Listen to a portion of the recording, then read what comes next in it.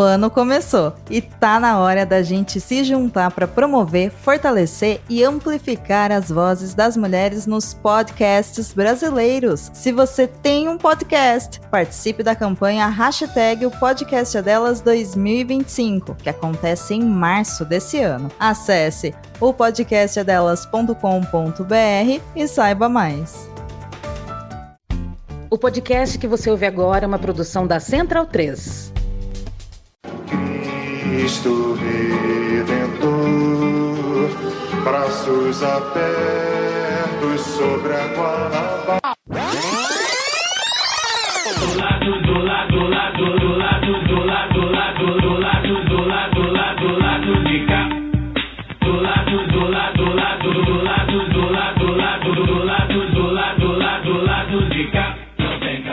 Bom momento, espectadores e espectadoras do Lado B, e bom momento aos ouvintes da Central 3. Hoje é quinta-feira, dia 20 de fevereiro de 2025, e eu sou o Caio Belandi, direto do Saúl Estúdio, chegando para o Lado B do Rio 348, aqui no YouTube e também no feed de podcast. O recadinho de sempre, quem tá chegando no YouTube já sabe, é necessário ver aí se tá assinando o canal, ativa a notificação, é muito importante que você ative para que chegue mais conteúdo para você do Lado B. E claro, deixa seu like, seu comentário, suas perguntas aqui para convidada, seus comentários e compartilhe bastante, que pra gente é importante tentar vencer o algoritmo. Empatar com ele, pra não vencer, a gente não vai vencer. O time tá aqui completo novamente ao meu lado aqui no Saúl, Daniel Soares, Fagner Torres Lima e via internet Luara Ramos de volta. Também está com a gente no estúdio Thaís Ferreira, vereadora do Rio de Janeiro pelo PSOL, eleita em 2020 e reeleita em 2024 com uns 17 mil votos, né? Thaís, bem-vinda, obrigado por aceitar o nosso convite. A gente vai bater um papo aí para saber como é que foi o seu primeiro mandato e quais expectativas e perspectivas para o segundo. Obrigado por ter aceitado o nosso convite. Boa noite.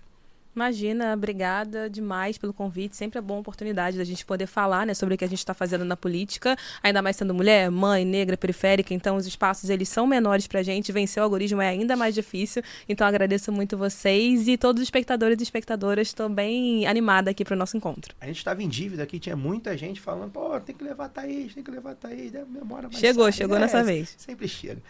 Fagner Torres Lima, boa noite. Fale qualquer coisa aí. Boa noite. Agradecer também a presença da Thaís aqui. Eu acho que a gente não vai nem empatar com o algoritmo, a gente vai no máximo perder de pouco. Né? O lado B do Rio o lado B do Rio é meio Mano Menezes, assim. Do ponto de vista do que a gente fala, é meio difícil ganhar ou empatar com o algoritmo. A gente pode perder de pouco ali, fazendo um retranca, espetando de vez em quando. Bom, antes de passar a palavra, eu só queria deixar aqui um recado, cara. Vou mandar um abraço pro Bruno Pérez, que é um ouvinte aí que fez um comentário, acho que no programa anterior aí, no YouTube, um comentário muito engraçado. Ele é ouvinte desde o programa número 22, quer dizer, o cara já passou 300 programas aí, 320 Ele comentou um programa poucos. De 2017, não foi? Ele comentou que o primeiro que ele ouviu foi em junho de 2017. 2017, ele veio do futuro. Que ele estava no metrô e passou mal de rir ouvindo o meu comentário na época falando sobre o príncipe da família imperial brasileira que não existe mais, que infelizmente não acabou como deveria, mas acabou, de todo modo acabou. E que agora é deputado. Que agora é deputado. Na época eu falei que eu acho que o príncipe bom é o príncipe que trabalha cortando cana em Cardoso Moreira com faca de plástico debaixo de sol, né? Esse é o príncipe bom. E aí parece que ele morreu de rir do comentário e desde então ele segue a gente aí há 8 anos, né? Porque 2017, há 8 anos. Eu vou mandar um abraço pro Bruno Pérez. Valeu pela moral, continue com a gente. A gente vai estar por aqui sempre. Por enquanto, né? O tempo que for, a gente vai ficar por aqui debatendo a sociedade, o Rio, o Brasil, de uma maneira a contrapelo, né? Como costuma falar o professor e nosso amigo Luiz Antônio Simas. Então, Bruno, um abraço para você e tamo junto. E se pergunte aí se a gente ainda acha isso. Talvez a gente só não diga. Daniel, boa noite. Boa noite, semana animada até aqui, né? Por enquanto. E juntando com o pré-carnaval, muita coisa para falar hoje. Luara, bem-vinda de volta, boa noite. Boa noite, oi, Caio, Fagner, Daniel. Olá, vereadora Thaís Ferreira, nossa convidada de hoje. Prazer tê-la aqui. Olá para todo mundo que tá ouvindo a gente a partir de agora. Eu tava com saudade e muita coisa para comentar, então nem vou estender meu boa noite, não. Vamos logo bater esse papo. Antes da gente começar a bater um papo com a Thaís, tem que passar a sacolinha, vocês sabem como funciona. A gente ainda está bastante longe da meta do nosso financiamento coletivo. A gente teve aí um prejuízo recente por conta de problemas no sistema de pagamento da Aurelo. E a gente perdeu boa parte dos nossos ouvintes por causa disso, na hora da troca ali do sistema. Então, dos nossos ouvintes não, dos nossos apoiadores, né? Então, se você pode ajudar o lado B, considere, por favor, nos ajudar. Um recado também que é importante, você que está ajudando pela Aurelo, ou acha que ajudava pela Aurelo, porque nessa troca de sistemas, alguns financiamentos ficaram pelo caminho. Então, confere aí no teu extrato do cartão, se está ajudando mesmo. E se não tiver, você pode voltar a ajudar pelo apoia.se/Lado B do Rio, ou mesmo pela aurelo.cc/Lado B do Rio, de preferência no navegador, porque o aplicativo também estava dando uns problemas, então você vai lá no navegador, faz o login na sua conta e vê se está ok o seu apoio. São 3 planos de financiamento, né?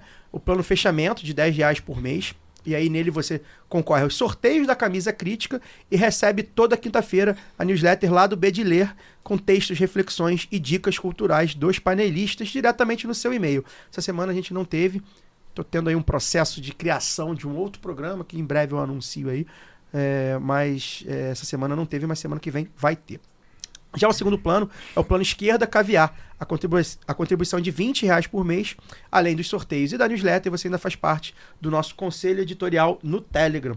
A última faixa é o Bom Burguês de R$50, porque quem pode dar mais deve pagar mais, é uma medida aí de distribuição de renda do Lado B. Se puder, considere apoiar o Lado B em apoia.se/Lado B do Rio ou orelo.cc/Lado B do Rio. Se não puder ou não quiser fazer parte de um plano de apoio mensal, você pode ajudar a gente fazendo um Pix de quanto e quando quiser para ladobdorio@yahoo.com. Um Pixzinho aí sempre faz bem, sempre fortalece a nossa caixinha. Então você pode mandar aí ladobdorio@yahoo.com. As pessoas não sabem, mas a nossa faixa Bom Burguês, ela inspirou a medida econômica do Fernando Haddad com relação à distribuição aí da questão do imposto de renda. Foi mais ou menos inspirada na nossa contribuição, nossa faixa de contribuição que o ministro da Fazenda, né? Que o ministro da Fazenda, enfim, está tentando aí implantar essa política de uma maneira geral para o Brasil, que é mais justa. E se ele radicalizar lá, a gente radicaliza aqui também, né? Mete uma faixa de R$500. É isso aí. Estou esperando a Haddad radicalizar. Não. Tá.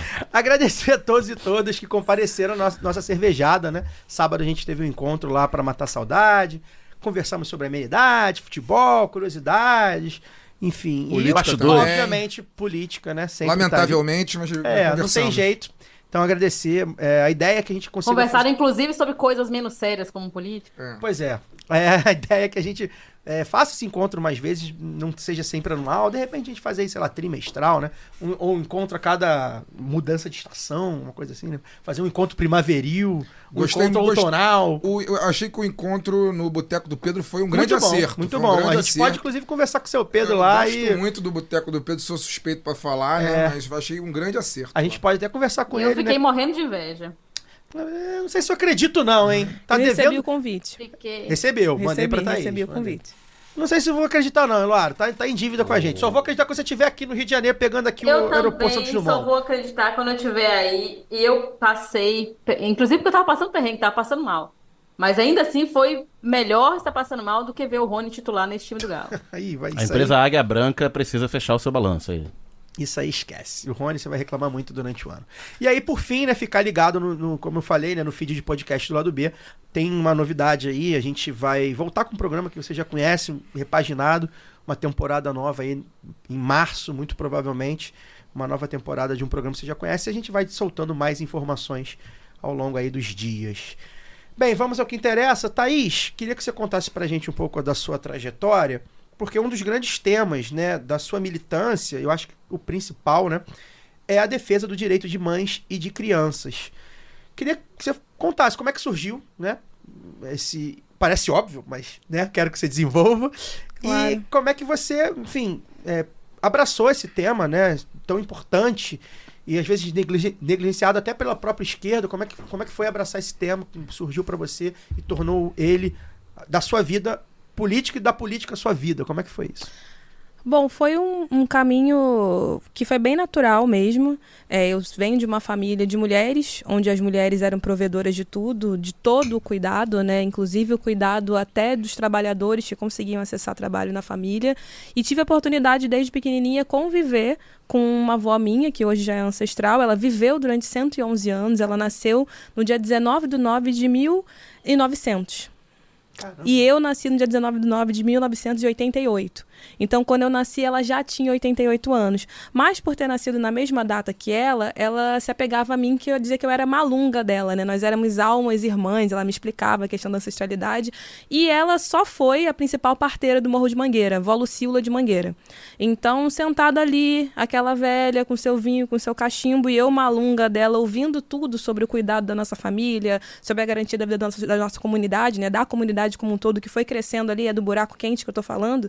Então, as pessoas atravessavam a casa da minha avó, né, o barraco da minha avó, depois a casa de alvenaria, para passar, para subir o morro, todo mundo pedia a benção, as crianças que nasciam recebiam a reza dela. Eu fui aprendendo esse lugar do cuidado e acho que me construí nessa identidade também de uma mulher que seria cuidadora de outras mulheres. Foi com ela que eu aprendi a amparar outras mulheres. E, de fato, né, a minha família foi uma família que gerou muitas outras mulheres que sempre foram também cuidadoras nesse lugar. Mas o interessante é que a gente não era aquele lugar de cuidado como um lugar de subalternidade, não. Era a liderança da família mesmo. É baixar a cabeça, receber a reza, obedecer e saber que se a gente tivesse que conseguir algo, tinha que retornar para a nossa comunidade como se fosse realmente um lugar de uma política de troca, de sobrevivência, de sustentabilidade.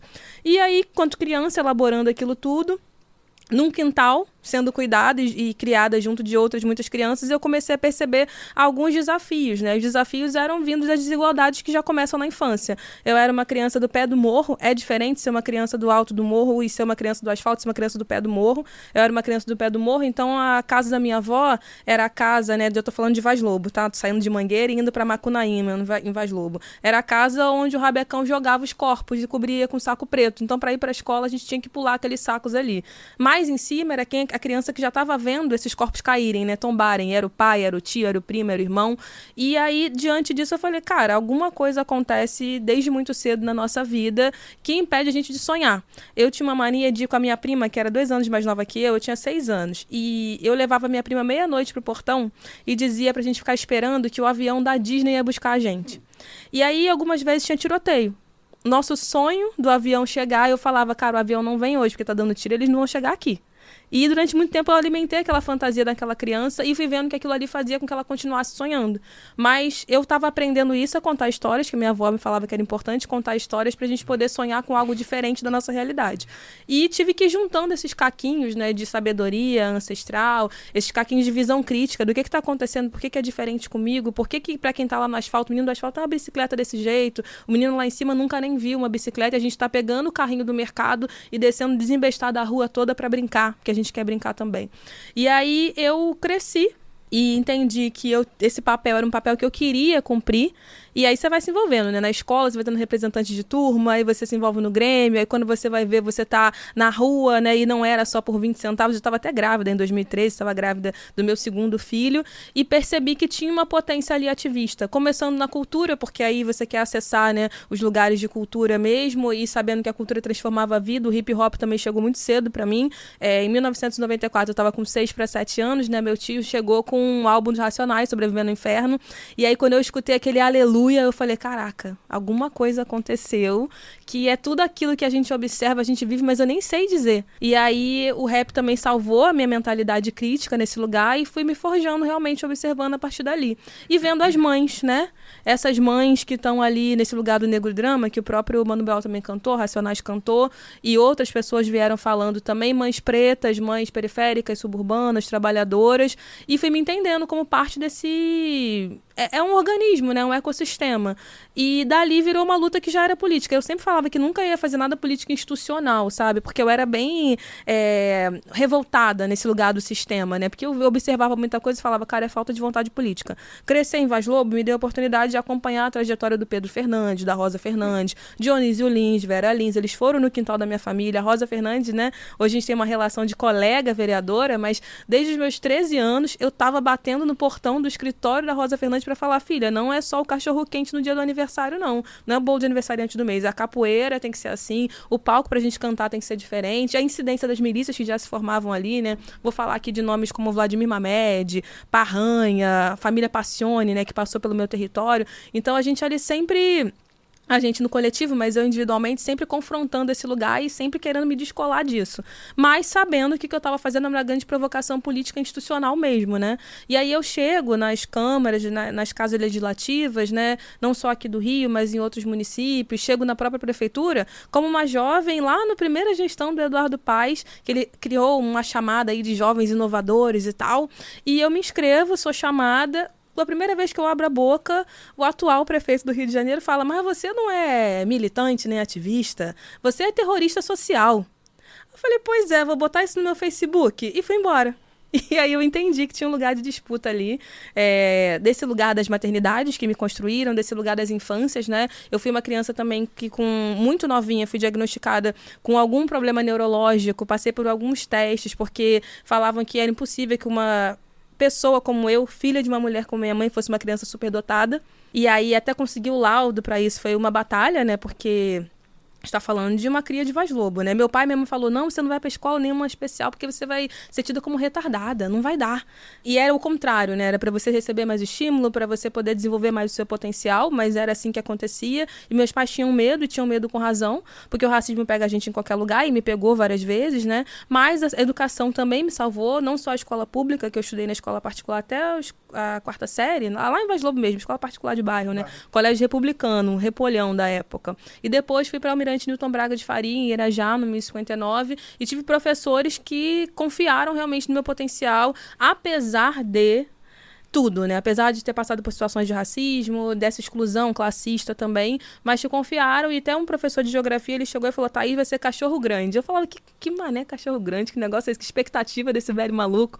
Ele: não, você vai ter um futuro que a gente sabe que não é brilhante, porque o nosso país não deixa, mas confia sempre no que você sabe, vai atrás do que você quer, que você pode fazer a diferença. A minha diferença era querer mudar o mundo. Eu queria... Meu sonho aos 13 era ganhar um prêmio Nobel da Paz, assim. Eu sempre me inspirava muito em Mandela e na Madre Teresa de Calcutá, porque eu achava figuras humanitárias incríveis, né? Depois nem tão incríveis, né? A Madre Teresa, vamos lá ver a história.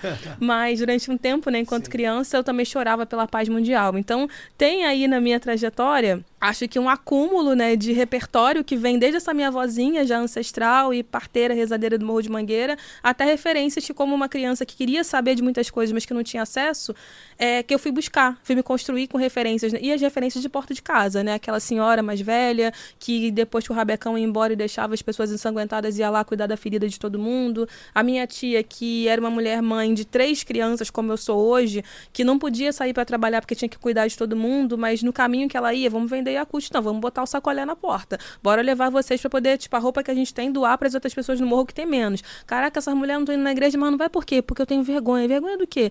Ah, eu não sei sorrir. Meu cabelo tá feio, então vou aprender a ser cabeleireira também para você ir para sua igreja. A roupa tá aqui, o dente a gente vai conseguir um protético. Minha tia uma vez correu gira, conseguiu um protético para atender todo mundo por um preço muito abaixo e um monte de gente começou a sorrir por causa dessa correria dessa mulher preta, né? Então acho que vem desse lugar. Não é tão óbvio, né? É um compilado, né? Um mosaico aí de muitas construções, mas ao mesmo tempo é bem óbvio sim, porque as trabalhadoras carregadoras de pedras continuam sendo mulheres como eu, né? Mas que não acessam esse espaço de disputa política. Então acho que essa representatividade, essa obviedade precisa ser dita, né? Então acho que é uma palavra que cabe, mas é mais ou menos por aí. Thaís, e aí, eu queria que você falasse pra gente como que também a pergunta parece um pouco óbvia, mas ela não é tanto, né? Como que você desembarca com essa trajetória, como que você desembarca num partido socialista e você se identifica com a esquerda? Repito, parece óbvio, mas não é. A gente tem um histórico de mulheres negras aí recentes que adentraram a política, desde a da Benedita, que eu acho que aqui no Rio talvez seja a precursora, né? A primeira de todas, mas não é um trajeto fácil, porque a gente sabe que muitas vezes, até dentro da própria esquerda, tem limitações para as pessoas, né? Para as pessoas negras, para as mulheres e para os homens negros. E aí eu queria que você falasse sobre isso, sobre como você se identificou e colocou o seu corpo, o seu conhecimento, a sua disposição e a sua militância ao lado, obviamente, das pautas de esquerda. Porque, inclusive, a direita, ultimamente, tem até capturado muito facilmente esse discurso e também capturado algumas pessoas para poder, enfim, falar, militar, como se o nosso lado, como se, né, aquilo que a gente sabe, conhece e diz fosse uma espécie de vitimismo, não é assim, as oportunidades são iguais para todos. E aí como é que você, com essa trajetória, com essa bagagem familiar e pessoal, você desembarca num partido socialista, né, autodeclarado socialista, para poder fazer as políticas de esquerda que a gente sabe que são necessárias para pessoas como nós, né? Eu também, como você, sou seu vizinho ali, fui criado ali na Zona Norte, ali no Engenho da Rainha, em Auma, naquela região toda ali, conheço toda a área que você falou e conheço bem, sei como é. E aí, como é que foi essa identificação? Vem de uma decepção que não foi minha, né? O meu padrinho, o homem que me ensinou a ler aos 3 anos de idade, ele é militante do Partido dos Trabalhadores, construiu o Partido dos Trabalhadores, construiu o Movimento Negro Unificado e sofreu uma série de decepções. Então ele sempre falava, cara, faz tudo, liberta sua mente, não vote, lute, porque eu tentei e nunca dá certo. A gente sofre demais nesse sistema que é excludente, que é racista, enfim, eu tenho todo um potencial, mas sempre sou usado como carregador de piano, né? E aí depois vem aquela máxima de Sueli Carneiro que entre direita e esquerda a gente continua sendo preto e a gente tem que olhar para isso como uma forma de refletir e aprender. E aí eu, nesse lugar, durante muito tempo, mesmo tendo essa educação, né, esse acesso à educação, fui totalmente contrária à questão dos partidos políticos e a organização como eles se dão aqui no Brasil, que tem essa origem entre todas as siglas, que é uma origem de não ter sido feita para pessoas como nós nem disputarem, nem chegar perto, né? Esse lugar do furar uma bolha, como aconteceu com Benedita há muitos anos atrás, nessa política tão longeva e mulher negra que nós temos, ele é um lugar de exceção e é uma exceção muito penosa, né? Ela pagou muito, teve muito isolamento, teve muito sofrimento político ali e eu não via os partidos políticos como uma oportunidade. Eu me via realmente como uma ativista que, se preciso fosse, eu faria de tudo para lutar pelo meu povo, pela autonomia e emancipação do povo preto. Essa era a minha parada. Mas, quando foi lá em 2013 e teve aquela movimentação toda nas ruas, eu já tinha perdido meu primeiro filho, né? E quando meu filho morreu foi por negligência médica e racismo obstétrico, mesmo violência obstétrica. E eu comecei a refletir que se eu não me movimentasse também por dentro desse sistema, estava se falando muito de hackear as estruturas por dentro, se eu não me movimentasse por dentro desse sistema, eu poderia ver essa história se repetindo. Se repetiu com várias mulheres da minha família, minha avó se tornou parteira para salvar a vida, né? E ali eu estava, mesmo com esse entendimento, sendo mais um corpo preto número, né? Que seria morto, assim como meu filho foi.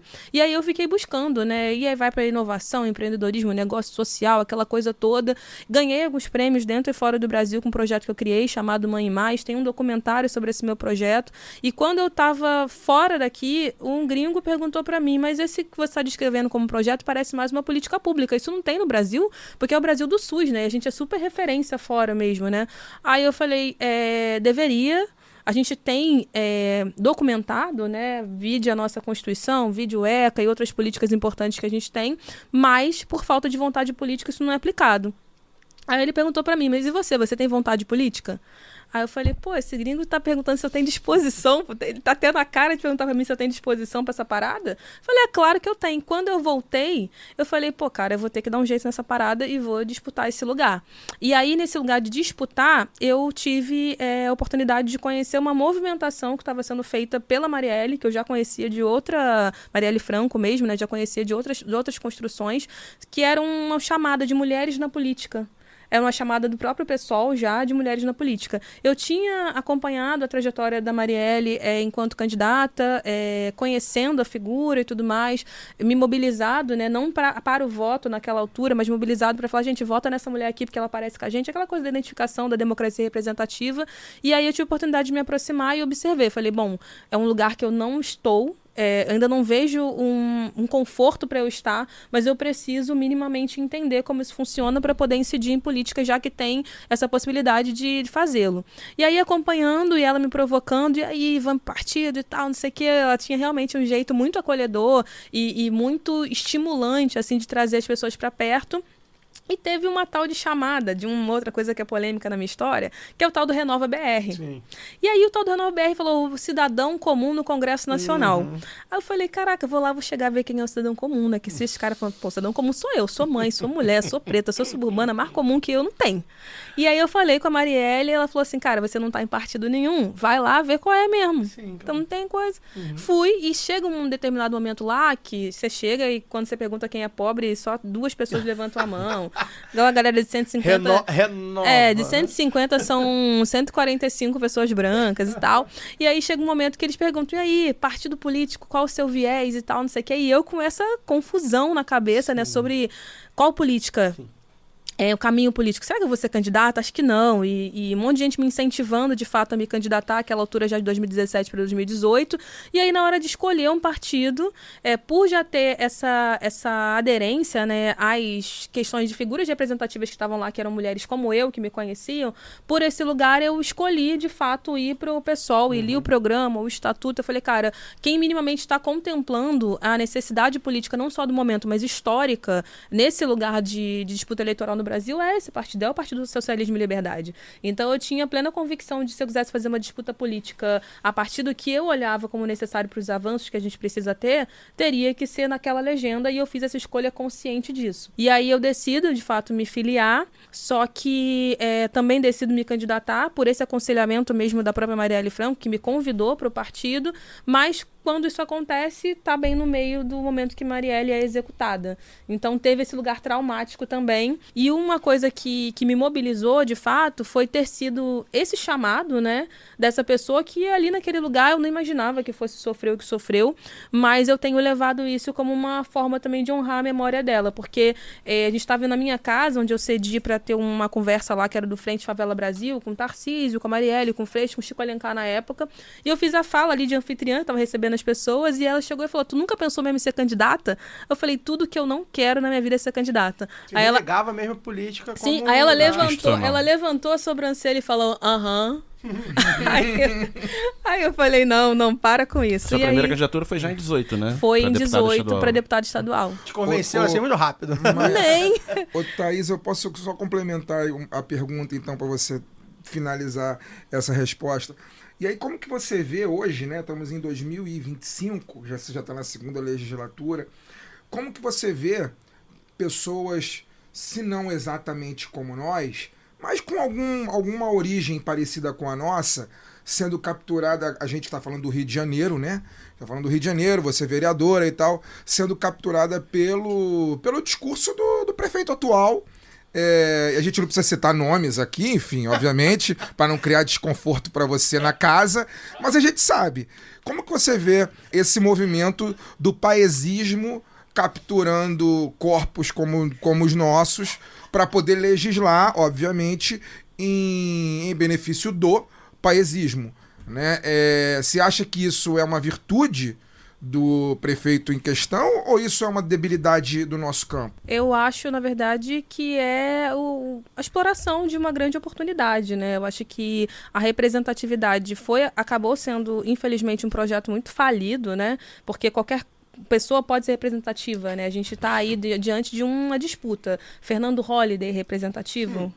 Vamos falar esse nome, a gente fala, né? Então, e aí, o que acontece com essas figuras que têm muito poder? A gente está falando, né, do atual prefeito. Eles investem nos seus tokens, né? Eles precisam atrair qual o discurso que está veiculando, qual é a cara que vende mais, o que eu preciso para mostrar para as pessoas que aqui elas têm a solução para o que elas querem resolver. Então, eu tenho que, sim, maquiar algumas pessoas. Eu vou usar essa cor da pele, eu vou usar esse tipo de cabelo, eu vou usar essas cores, essa forma de comunicação. Eles se apropriam, assimilam, roubam e exterminam como sempre. É uma outra forma de operar esse extermínio político, né? Porque eu acho que o que interessa para essa galera, infelizmente, é essa subcidadania. Porque eu vou deixar o discurso muito líquido, bem palatável, e aí as pessoas vão entrando nisso com muita facilidade, porque tem uma máquina de publicidade. É só a gente olhar para o que aconteceu nos últimos 10, 15 anos em questão, até vamos pegar um mercado assim, né?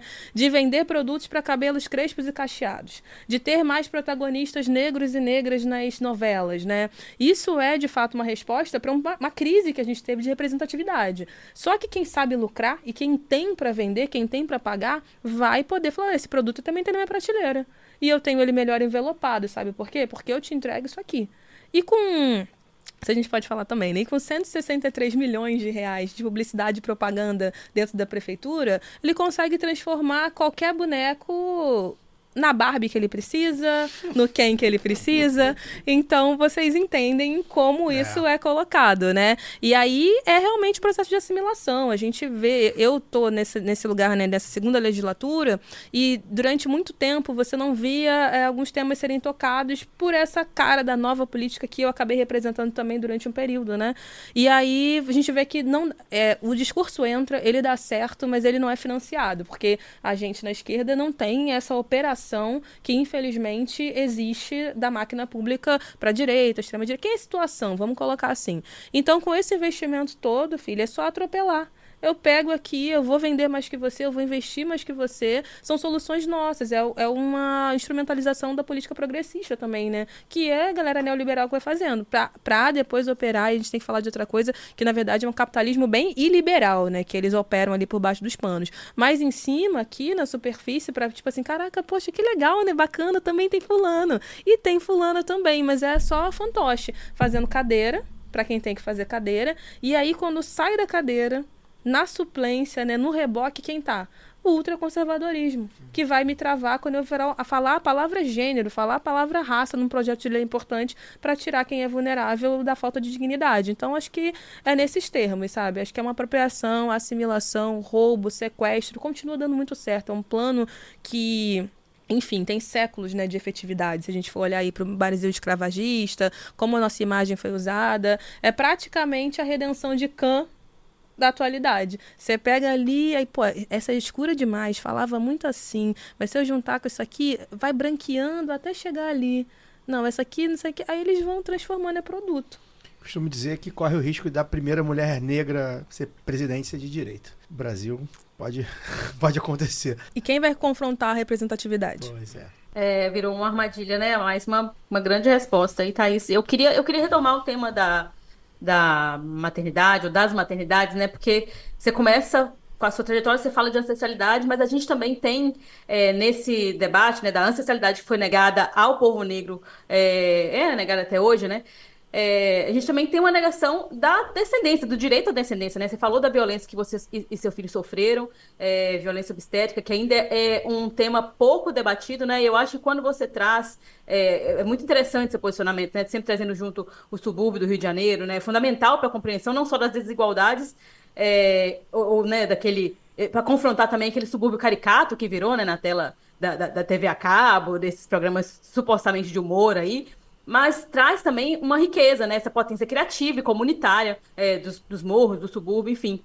Então, eu queria que você falasse um pouco, assim, já está no seu segundo mandato, né? Que você já... O que você acha que já avançou? O que você trouxe já de avanço para essas discussões ali dentro da Câmara? Nessa importância, né? Porque como é que é essa diferença dessa maternidade que você traz, do seu olhar, da sua vivência, do seu território, como é que isso te ajudou a delinear políticas públicas, a delinear os debates que você tem proposto ali, tentado propor? A gente sabe que é difícil, né? Porque isso também é um tema que não estava mesmo...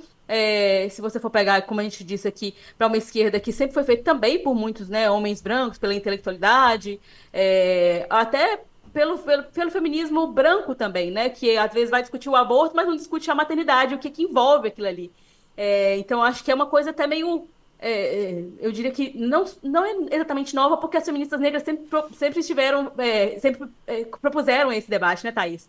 Mas que é novo para a gente ver legisladoras como você nesses espaços, né? Agora tomando esses espaços, ocupando esses espaços. Então, eu queria que você trouxesse um pouco disso, o que você já tem feito, né? Um pouco do seu trabalho, o que já tem movido as peças ali, porque a gente sabe que movimenta, né? Mesmo que às vezes não avance na institucionalidade, né, na coisa do regimento interno, avança nas discussões, nas pessoas se encontrando. Então, trazer um pouquinho disso pra gente também aquecer um pouco o coração aqui.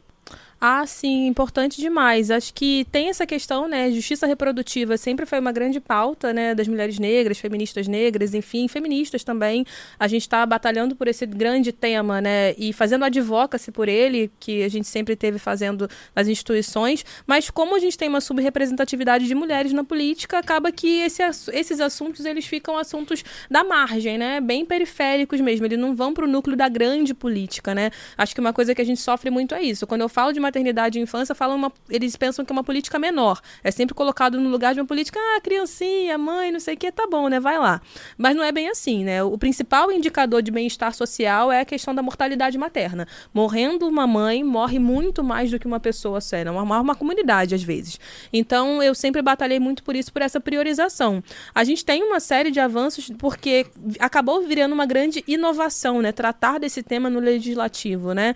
A gente tem, sim, regimentos, portarias, falando do SUS, onde a gente encontra muito trabalho técnico sobre isso, mas a gente não tinha uma defesa na lei, né? Não à toa a violência obstétrica ainda não está tipificada, né? Então é complicado a gente trabalhar, realmente é muita resistência. Às vezes tem vereadores que são médicos, que eu instalei uma comissão, né, para combater a violência obstétrica e o racismo obstétrico.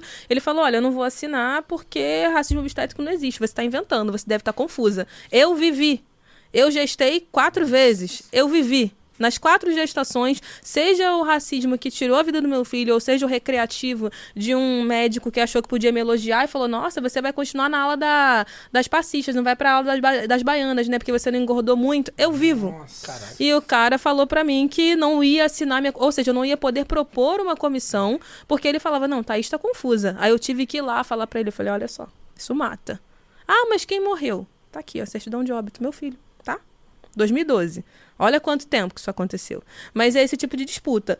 E nessa disputa, quando a gente vence, todo mundo ganha, né? Eu acho que a gente teve uma grande inovação, que foi criar um manual que deveria ser uma ferramenta de política pública. Ele não é, porque a prefeitura ainda não investiu nisso, mas nós fizemos a lei de um pequeno manual de combate ao racismo obstétrico. Ele já foi traduzido para outros países. A Reúna, que é uma rede imensa, usa esse material como material de referência. A gente distribuiu para maternidades. São 13 maternidades na cidade do Rio de Janeiro. Fomos em todas.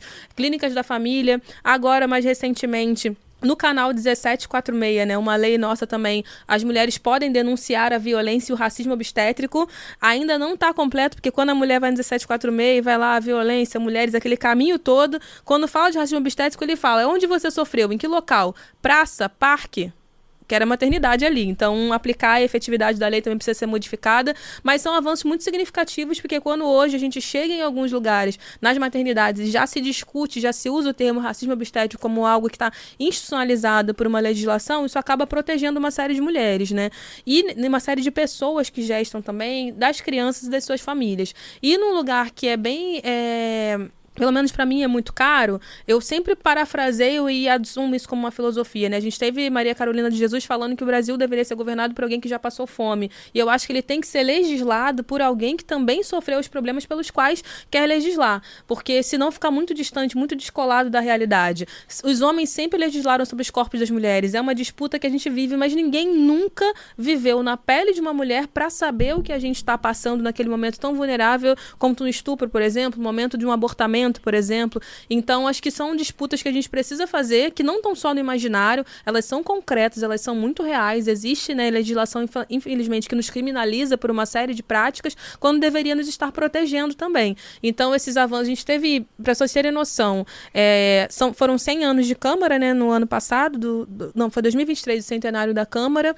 A gente, até aquela data, fomos 6 vereadoras mulheres negras em toda a história, até aquela data, e a gente tinha quadruplicado a produção legislativa sobre o tema das maternidades e das infâncias. Quadruplicar é perceber que a Câmara não estava olhando para esse assunto como deve olhar, já que a população do Rio de Janeiro é majoritariamente feminina, e essas mulheres majoritariamente chefiam famílias. Se não geram, elas não gestam e geram, né? As crianças, elas cuidam, então é negligenciar a maior parte da população, né? E também a população que acaba definindo a eleição. É muito complexo. complexo, porque os grandes temas, eles chegam nas famílias, chegam nas crianças, as pessoas eleitoras, majoritariamente, também acabam sendo as mulheres, e acabam definindo as eleições por temas que não vão alcançar essas mulheres também. Então, eu defendo muito essa pauta da maternidade por conta de ser uma pauta que diz respeito à sustentabilidade humana.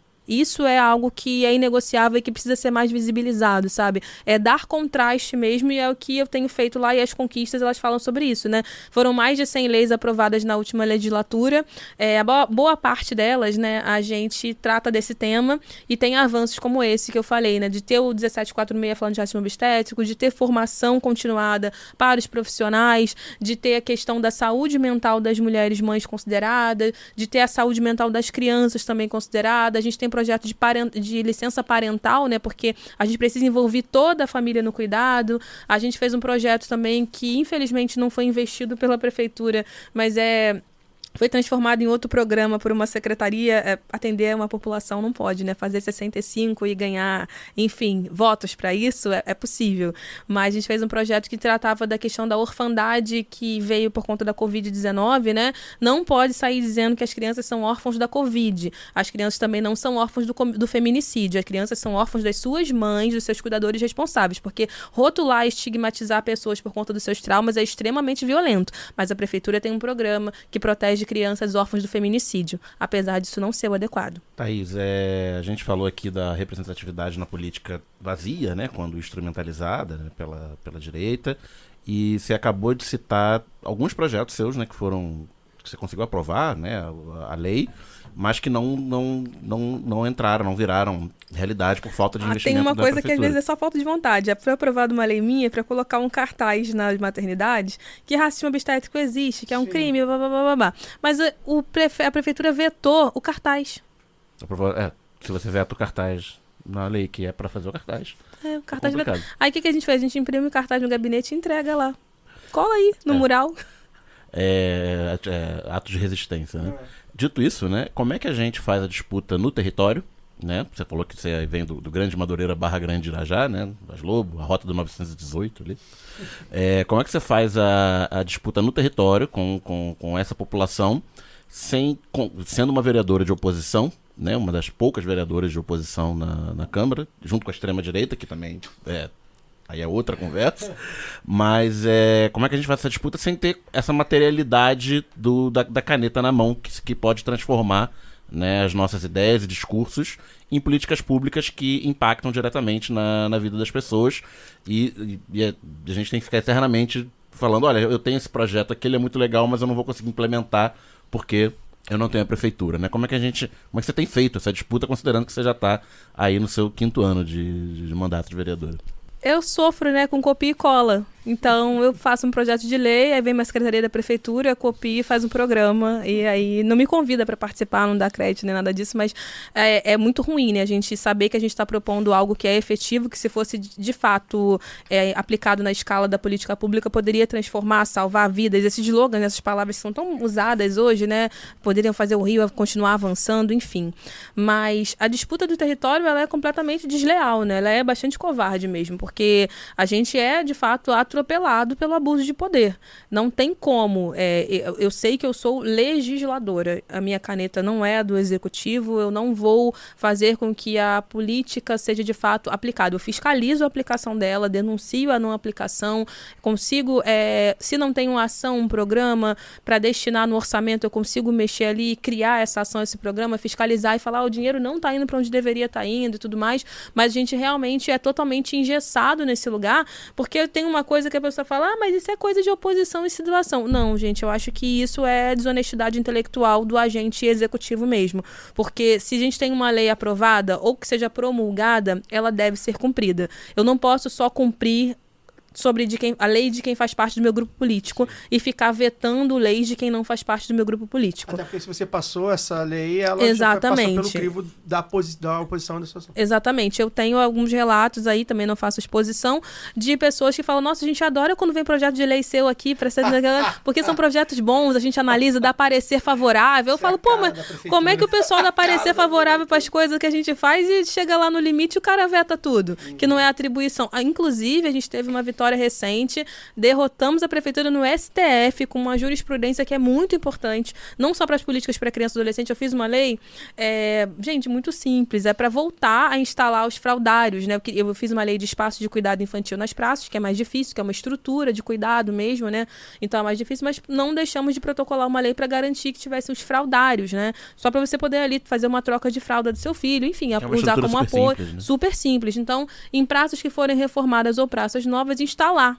Aí, minha lei foi vetada, o prefeito falou que não era atribuição do vereador, eu falei, beleza, vamos embora, derrubamos esse veto. A lei foi promulgada, mas não estava sendo cumprida. Aí, o que você faz? Leis promulgadas, a procuradoria da casa fica ali, né? Tipo, quer judicializar? Vambora, vamos botar isso aí para cumprir. Conseguimos, né? A procuradoria da casa derrubou, né? Com parecer excelente do STF, e a gente tem hoje que fazer cumprir essa lei. Só que o que acontece? É uma vitória imensa, é um trabalho muito grande, porque você tem que considerar muita coisa, mas o máximo que se considera é que a prefeitura tem que atender o princípio, né, de priorização da criança ou do adolescente em qualquer que seja o âmbito da nossa sociedade, incluindo no orçamento. Então, jurisprudência muito importante, porém isso não dá visibilidade, o algoritmo não faz isso entregar para ninguém. E se colocarem um fraudário, com certeza não sou eu que vou ter o crédito. Eu sei que precisa de praça, eu sei que precisa de praça em Guaratiba, em Cosmos, então eu faço indicação para ter praça nesses lugares. Mas quem vai inaugurar a praça? Não é a Thaís Ferreira de oposição, entendeu? Então, é muito difícil essa disputa porque ela é uma disputa operada pelo abuso de poder. Você tem a última, né, Fábio? Tenho. Eu sei que também, Thaís, eu sei que você também tem uma atuação muito interessante no ramo da cultura, no campo da cultura, né? Recentemente, talvez há uns 3 meses atrás, eu não me lembro muito bem, mas talvez, acho que foi isso. Estive junto contigo, você não vai lembrar, obviamente, enfim, porque, né, sua vida deve ser uma correria louca, mas eu estive junto contigo na Escola Municipal Vicente Licínio, lá no Largo São Francisco da Prainha, que você estava... foi inaugurado um mosaico lá em homenagem ao mestre Manuel Dionísio, e você tinha feito uma moção, se não me engano, a ele, e aí ali eu descobri que você também tem uma atuação muito importante no campo da cultura, principalmente a cultura popular carioca, né, do subúrbio e tal. Eu queria que você falasse sobre essa sua atuação também, para além das suas políticas voltadas à maternidade. Ah, bacana. Mestre Manuel Dionísio, cidadão honorário, né? A gente fez o título de cidadão honorário a ele, tem uma trajetória incrível na cultura que precisa ser mais visibilizada, investida, muito legado, né, com a escola de mestre Sala e Porta-Bandeira Manuel Dionísio. Então é sempre importante, uma escola que já está aí há bastante tempo, que formou a galera que leva carnaval, né, gente? Porque a nota de mestre Sala e Porta-Bandeira a gente sabe que define o carnaval, define o campeonato, e essa figura é uma figura incrível que a gente teve que fazer esse apoio para poder que ele voltasse a ser enxergado de forma institucional, né? O nosso trabalho na cultura, a gente traz também uma outra máxima, né, que é da antropóloga Marim Bani, que é cultura é nosso sistema imunológico, né? Eu acho que o que me mantém, de fato, com muita vitalidade para agenciar o que eu agencio, como política e tudo mais, foi o entendimento da minha cultura. Assim, conhecimento da minha ancestralidade, de onde eu venho, para onde eu vou, o que eu escuto, o que eu consumo, o que é beleza, né? Por que a gente tem que romper padrões e tudo mais. Então, a gente usa essa cultura como um grande braço de combate restrito ao racismo. A gente faz muita memória, preservação, visibilidade e reconhecimento. A gente tem uma vitória da nossa cultura que a gente nem imaginava que fosse ter, mas que é importantíssima e também está dando muito retorno para a prefeitura. É que naquele projeto Reviver Centro, vocês lembram do Reviver Centro? A gente criou uma emenda que fez a criação do Distrito da Memória e Vivência Africana. Ou seja, sabe essa grana toda BNDES, Cátedra Conceição Evaristo, tá tudo nesse mote da criação do Distrito da Memória Africana ali na Pequena África. E assim, é muita grana, né? Grana até do capital privado, não só dinheiro público que está sendo investido ali por conta dessa possibilidade de salvaguardar aquele território que é tão importante para nossa cultura. Então, realmente, a gente faz uma trajetória aí de fundamentar, né, o nosso combate ao racismo na cultura, porque a gente vai falar da gente ganhando e ninguém ganha de nós na cultura, porque é isso. A gente bebe, come, samba, canta a cultura negra e, infelizmente, não tem a mesma valorização. Então, a gente tem um grande trabalho junto das transistas, né? A questão a estética, para a gente é uma disputa também, do território, como eu falei. A gente tem um trabalho também com as organizações, porque a gente sabe que as organizações são muito vulneráveis, então a gente faz uma série de titulações de organizações importantes para serem vistas como de utilidade pública, né? O fortalecimento dessas organizações, né, é muito importante também. Então, acho que a gente também conseguiu protocolar um projeto que é um projeto ousado demais, acho que eu não vou conseguir votar e nem aprovar, mas é o projeto que a gente denominou Hilton Cobra, que é um grande artista, né? Muito famoso pela peça do Lima Barreto, mas... Maravilhosa a peça, por sinal. Maravilhosa demais. Espetacular. E a gente fez o projeto de oportunidade cultural, que é um projeto que estica a corda no máximo para as cotas realmente em questão de racialização na cultura da cidade do Rio de Janeiro. O Plano Municipal de Cultura não chega nunca, então a gente falou, bora radicalizar, bora dizer que a gente quer 50% de tudo que existe na cultura, inclusive do carnaval, inclusive dos jurados do carnaval também. É um projeto bem ambicioso, mas é um projeto de disputa, a gente tem que fazer essa disputa pela nossa cultura, que eu acho que merece. Então, obrigada até por abrir esse espaço para falar de cultura. A gente fala muito de subúrbio também, né? Vai remontando a trajetória de criação do subúrbio, sustentação do culto subúrbio, que é muito cultural. Frente Parlamentar de Defesa da População Suburbana é nossa também. A gente dialoga muito com o Rafael Matoso, a galera dos diálogos suburbanos, para fazer essa busca também histórica. Então, a gente tem um grande lastro aí na pauta da cultura. Muito bom. Nada é muito difícil para quem com 6 anos queria ser Nobel da Paz, né? Então, aquela criança... Não, eu falo pra todo mundo que eu trabalho pela Thaís de 6 anos. Porque isso. A Thaís de 6 anos, ela... Enfim, eu fui uma criança que foi abusada sexualmente. Eu falei, cara... Sabe, Becar fala hoje de vingar a infância, né? Então, eu tô também nessa vingança. Que é positivo, né? A gente usa essa palavra, Claro. mas eu acho que é transformar isso, ressignificar. Então, eu trabalho pela Thaisinha, que aos 6 teve que se silenciar. E hoje não me calo. Tem uma trend aí rolando nas redes sociais, né? Que é a carta eu do passado e tal. Então tá aí, a Thaís Ferreira, vereadora, é uma grande carta, Thaís Ferreira, de 6 anos. Thaís, muito obrigado. A gente tá falando de cultura. Vou te botar aqui para encerrar o nosso quadro, nossa entrevista. Foi ótimo bater esse papo. Realmente, a gente estava em dívida, o pessoal já estava reclamando. Chama a Thaís, chama a Thaís. Tá aí explicado também porque é excelente entrevista. E pra você encerrar, você tá falando de cultura, indica uma música, o que você tá ouvindo, indica pro pessoal aí, então. Vou indicar o álbum DLRE, do rapper BK. Acho que eu tenho acompanhado a trajetória dele, né, e acho que ele conversa muito bem em todos os álbuns dele. Acho que uma galera fala que é o melhor da geração atual, não é o da minha geração, mas máximo respeito pelo trabalho que ele tem feito. E recentemente também o álbum da Lineker, Caju, acabou de completar 6 meses, merece ser ouvido e reouvido muitas vezes, porque eu acho que, né, trazer um artista homem negro e trazer também uma mulher trans, artista negra, para esse debate, né, sobre as nossas vulnerabilidades políticas. Eles falam muito de política, né? É extremamente político estar viva e amar como Caju, que é esse personagem inventado pela Lineker, e é extremamente político também entender a cidade do Rio de Janeiro pelo esse lugar aí que o BK, que é daqui de pertinho, né? Ele traz também essa discussão e tá virando cada vez mais a Baby Bikila, né? Então, essa reconexão com a ancestralidade. Então, eu tenho acompanhado bastante e indico esses 2 álbuns. Não posso também deixar de falar, gente, de Kendrick Lamar, GNX. Ouçam também, eu tava essa semana no plenário com a camisa do Kendrick e eu sempre vou, né, do plenário quinta-feira. Essa semana eu fui quarta, atípico, com camisetas, assim, mais da cultura pop. E acho que a gente tem que comunicar também, mas acho que é muito interessante o Kendrick fala de quebrar maldições geracionais, né? É muito difícil para homens negros, mulheres negras, mas eu acho que a minha participação na política também é sobre quebrar maldições geracionais, né? Desse lugar de impossibilidade, desse lugar de infertilidade que é colocado pra gente, de subalternidade. Então, acho que faço essas 3 indicações, não fiz uma só. Ótimo, playlist aí. Obrigado, Thaís, valeu mesmo. Espero que em breve a gente possa conversar de novo. Deixa suas redes aí também pro pessoal, de repente, a gente tem muito ouvinte de fora, né? Legal. Quem não conhece, de repente, pra seguir tuas redes. É mais fácil chegar lá no Instagram. No Instagram eu sou @soul, é SOU mesmo, de Soul, _ Thaís Ferreira, e o meu Thaís tem H, e aí a partir de lá dá pra chegar no Twitter, dá pra chegar no TikTok e outras redes, e em breve no nosso novo site. Peço licença para dar uma pausa no programa e apresentar os nossos parceiros. O sorteio para apoiadores e apoiadoras do lado B é um oferecimento da Camisa Crítica. Ouvinte tem 10% de desconto no cupom Lado B no site www.camisacritica.com. Tem lojinha física da Camisa Crítica no Sol e Sombra, bar que fica no bairro Bela Vista, em São Paulo. Já aqui no Rio, tem no armazém do MST, na Lapa, e na livraria Leonardo da Vinci, no centro. Camisa Crítica criada para uma esquerda que não tem medo de dizer seu nome. Aproveite e siga nossos parceiros nas redes sociais. Obrigado pela atenção e voltamos ao programa. Relembrando a você aqui que está no YouTube, né? Deixar o like, acho que a entrevista foi muito boa, então deixa seu like. E se não gostou, deixa o like também, que é importante deixar o like.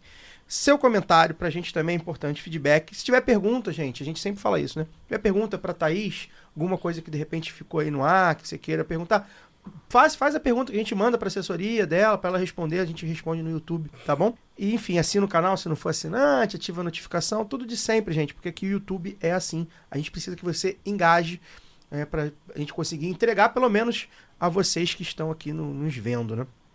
Também tá no YouTube, você já sabe que tem o Lado B Revista, né? São 13 episódios, lançamos um recentemente aí, tem a playlist aqui do Lado B Revista, são vários temas, vários convidados, acho que tem um tema para todos os gostos, então é legal dar uma olhadinha aí. Comece aí por um tema, tem meio ambiente, economia, cultura, música, comunicação, enfim, tem um pouquinho de cada. Pra gente vai ser bem legal também se vocês começarem a ver, porque nossa audiência no Revista é menor do que a audiência no Lado B do Rio. Então vai lá pro Revista também, que eu acho que vocês vão gostar. Agora a gente vai pro caô da semana.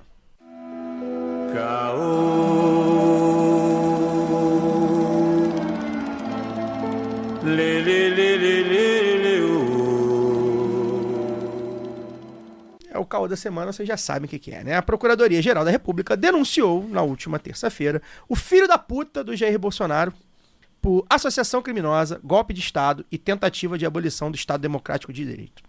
A denúncia foi encaminhada ao ministro Alexandre de Moraes.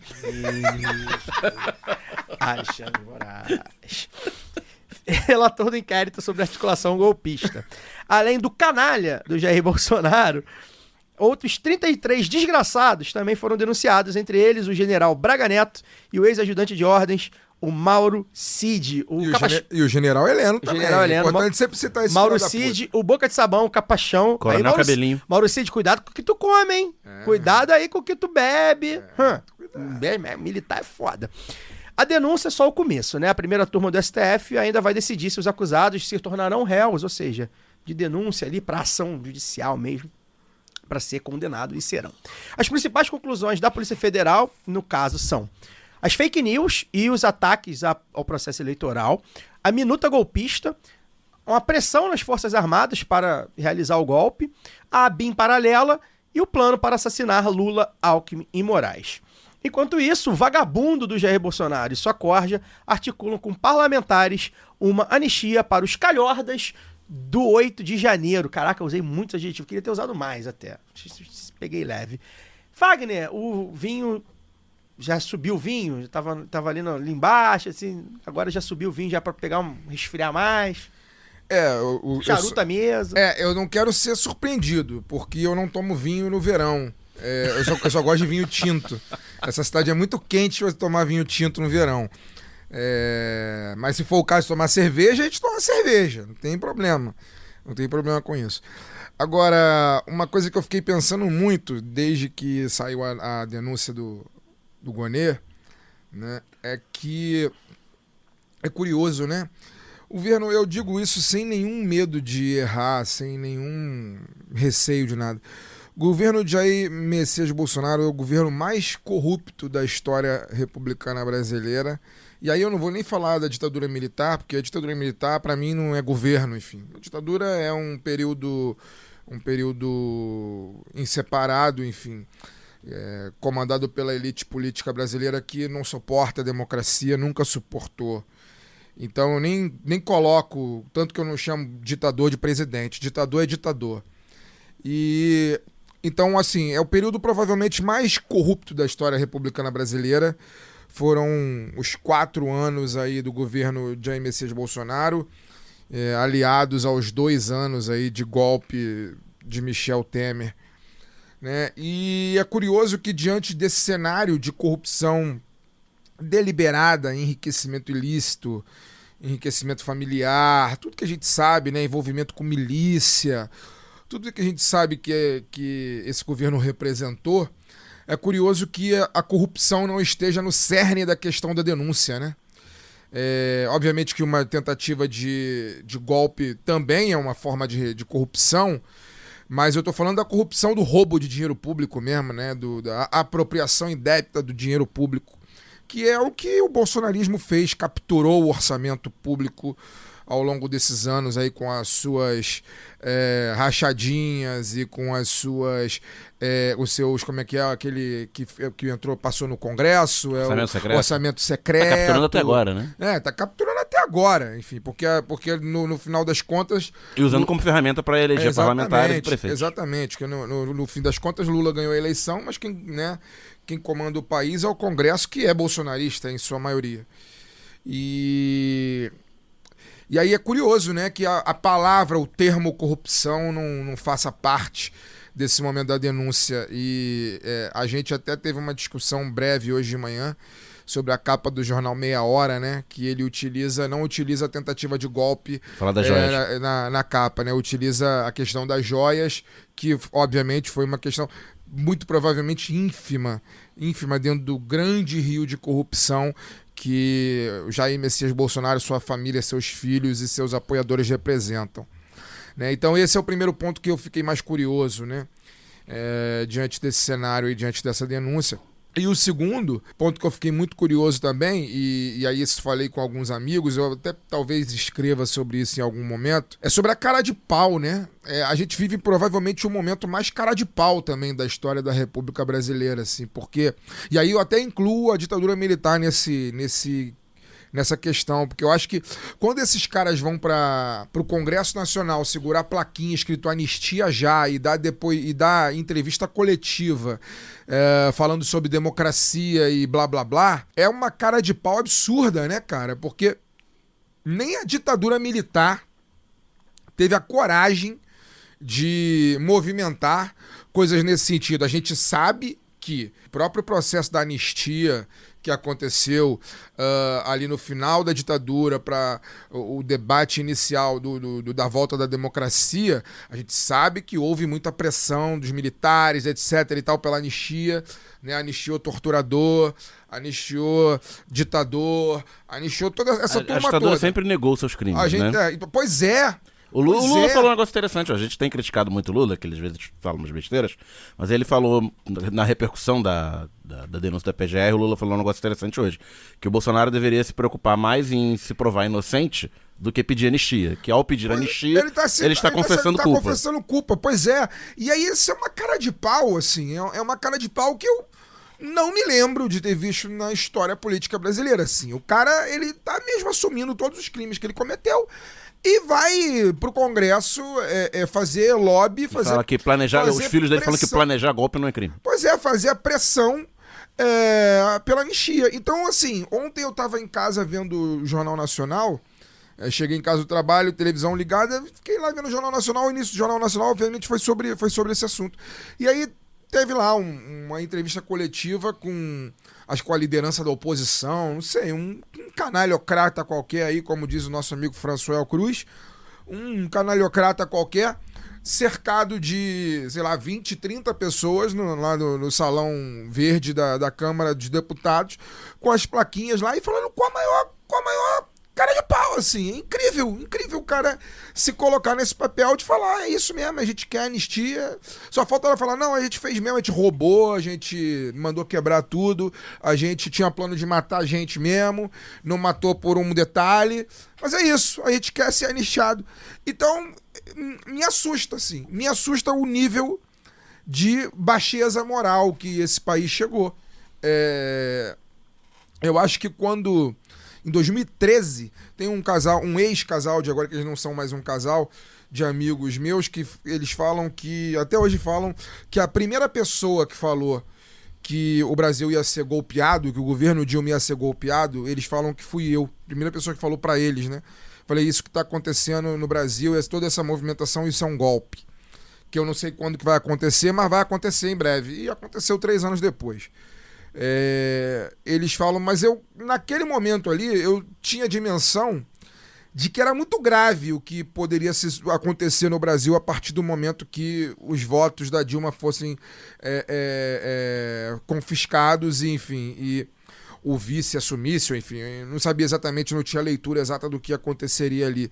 Eu não tinha dimensão da gravidade. E aí hoje, quando eu vejo esses caras irem para o Salão Verde do Congresso Nacional pedir anistia, eu, no meu mais terrível pensamento sobre o que é um golpe de Estado, nem no meu mais terrível pensamento eu imaginaria ver essa malta de canalhocratas lá com a maior cara de pau do mundo pedir o que eles estão pedindo. É realmente incrível, é realmente impressionante o estado que chegamos, né, no Brasil, assim. Aquilo que o Salgueiro Maia falando, né?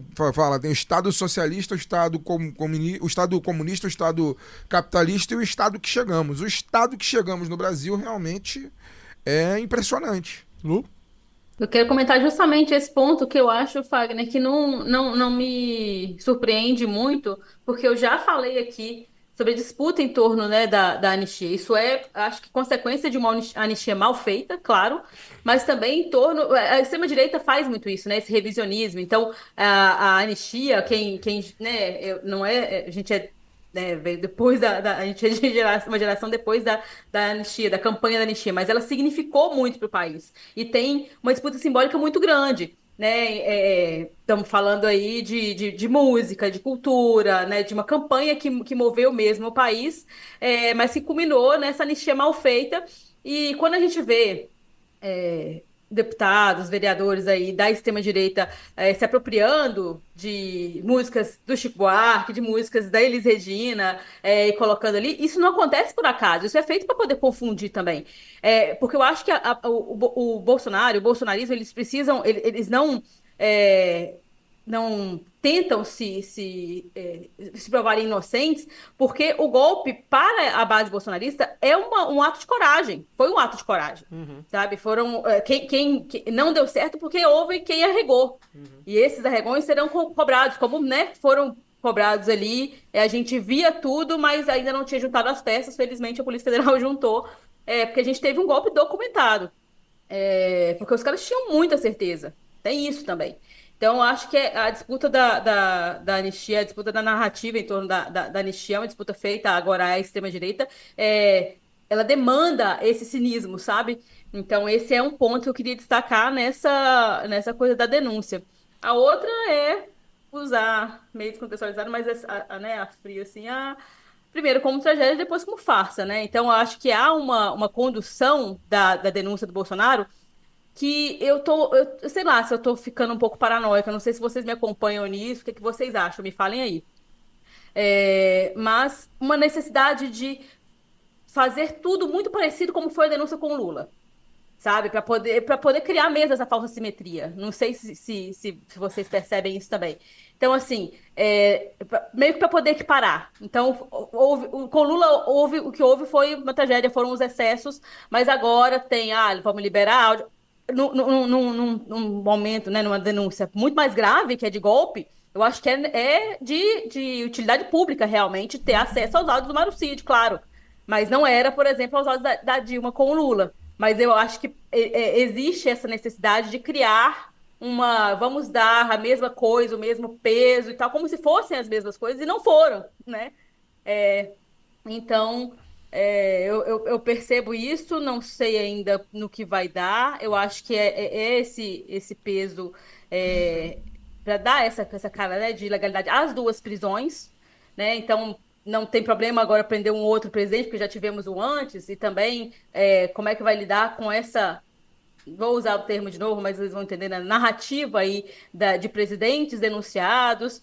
E até para poder depois absolver, se precisar, o Bolsonaro, né? Soltar quando precisar do Bolsonaro. Então, eu não sei. Eu ia comentar sobre isso, assim, eu acho que a justiça, ela funciona dessa forma, né? No geral.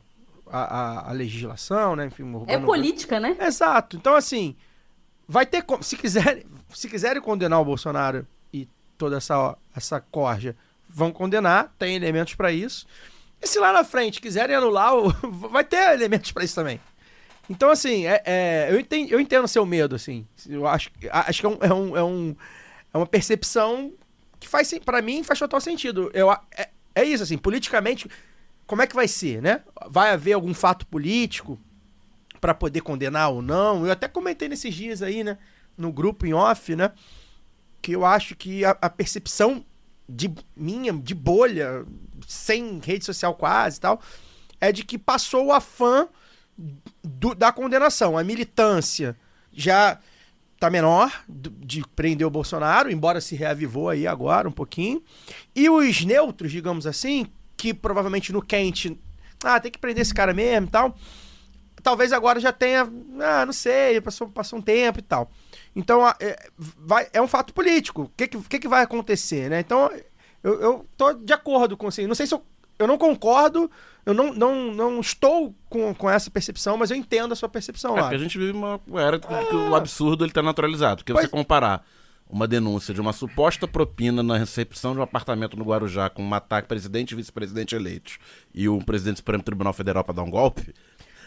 Olha a dimensão, mas reduz-se a prender um ex-presidente. Mas não precisa ir muito longe, gente. O Bolsonaro participou das eleições de 2018 e 2022, mesmo a gente denunciando que ele não era pra participar. Ele era uma figura que não deveria. Sim, não, mas agora então, eu tô falando... Ele já tá equiparado. Eu tô falando, mas a denúncia é muito diferente. Sim, é muito diferente, mas já tá equiparado. Essa disputa já tá posta, né? 2022... Claro. E até pela proximidade prender o eleições exatamente, reduz. Você quer, o Lula ou o Bolsonaro. A gente já tá com esse debate, a tal da polarização lá do Franciel, né? A gente já tá com... E muito próximo das eleições também, né? Então, assim, vai tirar o principal candidato da direita, sabe? Quanto tempo vai durar isso? Porque, assim, essa coisa do vamos, né, esmicuir com ferrinho de dentista, já diria o outro. Imiscuir. Já diria o outro presidente. Usa errado da palavra. É isso. Vão ficar, vai demorar, porque processos demoram. Então vai ser rápido, vai demorar, vai ficar aquela coisa de prende, não prende, julga, não julga, condena, não condena. Até que ponto isso vai ser eleitoralmente... coercitiva? Exato. O tempo da justiça é lento. O tempo da justiça vai ser lento ou vai ser rápido? Quando interessa é rápido.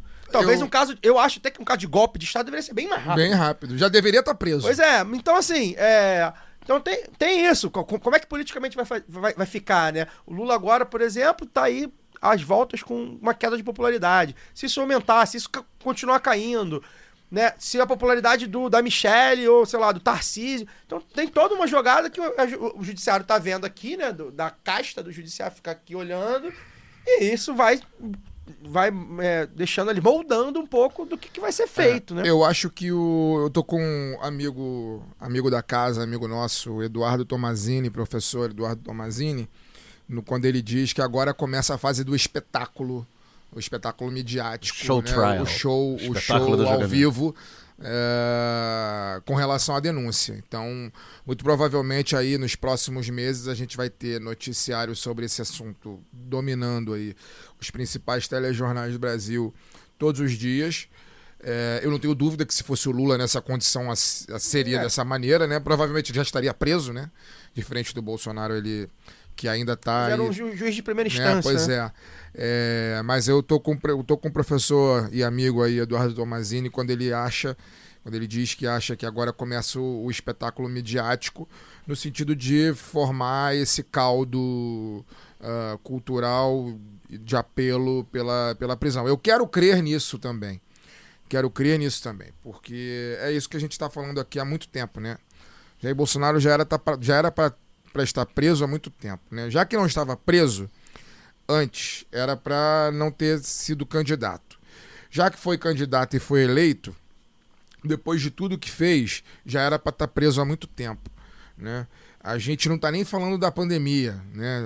Era o negócio que eu queria falar. A gente não está nem falando da pandemia. Por aí, né, você vê. Devia ter sido preso ali, inclusive. Já deveria ter sido preso naquele momento ali, naquele discurso que ele deu, o primeiro discurso como presidente depois da decretação do lockdown. Ali, ele já deveria ser preso quando ele estimulou, enfim, a disseminação do vírus. E depois aí virou passeio, como diria Galvão Bueno, né? Então, quero crer que essa figura nefasta, enfim, vai ser condenada. Merecer, ele tem o bingo, né? Vai ser. E assim, não vai resolver os nossos problemas. O Brasil não tá vai. fascistizado, mas não vai aliviar.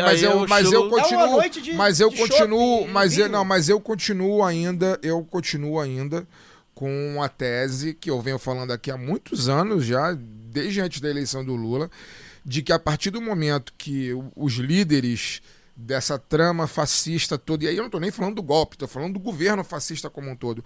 A partir do momento que os líderes dessa trama fascista comecem a cair um por um, papuda neles, assim, o resto bota a viola no saco também, porque quem tem cu que tem medo, entendeu? Essa é a grande verdade. A partir do momento que o Bolsonaro é preso, o general Braga Neto já tá, general Heleno, bota aí meia dúzia de empresários que financiaram aí também todo esse movimento todo aí, meia dúzia de deputados picaretas aí, oportunistas que entraram numa, que viraram bolsonaristas de ocasião e que ajudaram a incendiar o país, ajudaram a morrer muita gente, ajudou a morrer muita gente na pandemia. Bota aí uns 40, uns 50 para poder ver o sol nascer quadrado lá, para ver se uma boa dezena de milhões não coloca a viola no saco e para de falar, volta a falar de novela futebol. Viola no saco eu não digo, mas eu acho que vai ter uma disputa fratricida entre eles. Isso que eu ia perguntar. Pelo legado. Eu até queria chamar a Luara também. Agora já começa a movimentação. Tarcísio já se movimentando. E aí consta que o Tarcísio tá esperando para saber se vai ser preso, se não vai ser. Porque vai ser o grande cabo eleitoral, é o Bolsonaro, é o legado, o espólio do Bolsonaro. Ao mesmo tempo que isso é o famoso rei morto, rei posto, né? Ao mesmo tempo que vaga o Bolsonaro, já vem vagando essa posição dele. Se alguém vai ocupar esse, né? Alguns.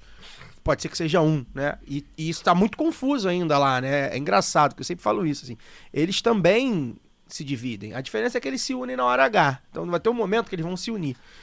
Mas tá bem dividido. Já se fala em Eduardo, em Flávio, em Michele, e aí em Tarcísio, em Zema. Vai ter um monte de gente lá de olho, né?